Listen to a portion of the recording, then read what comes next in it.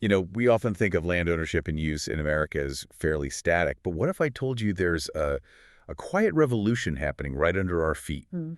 We're diving into the booming, sometimes surprising world of hunting leases, a concept that's subtly reshaping how land is used, accessed, and valued across the country. It's truly fascinating because this isn't just some marginal activity, it's a rapidly expanding trend. It's changing the economics of land ownership for, well, countless individuals and businesses. Right. Our mission today is to understand why this phenomenon is not just surviving, but truly thriving, and what its growth means for both landowners and hunters. And we've got some great material to work with. Yeah, we've taken a deep dive into an insightful article from Basecamp Leasing called The Future of Hunting Leases in America to really get to the heart of these dynamics. Okay, so hunting leases.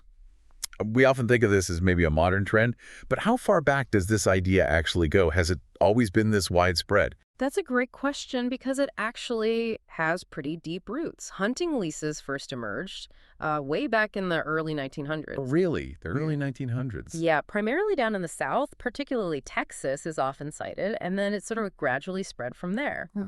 So while it might feel new in some regions, it's actually become commonplace nationwide now. It's evolved quite a bit over the last century, of course. So at its core, it sounds like a mutually beneficial arrangement. Landowners get something, hunters gain something. Is that the basic promise here? Exactly. The core benefit is a truly symbiotic relationship, a win-win. Landowners gain a vital revenue stream from their property, which can be pretty significant. Okay. And hunters, they gain quality, private access to land that might otherwise be unavailable or, just overcrowded. Makes sense. And our source is clear on this. The future for hunting leases in America looks unequivocally bright. We often think of land as simply, owned or public. But this rise of hunting leases reveals a fascinating shift in how land is being monetized and managed. And it seems driven by forces far beyond just basic income.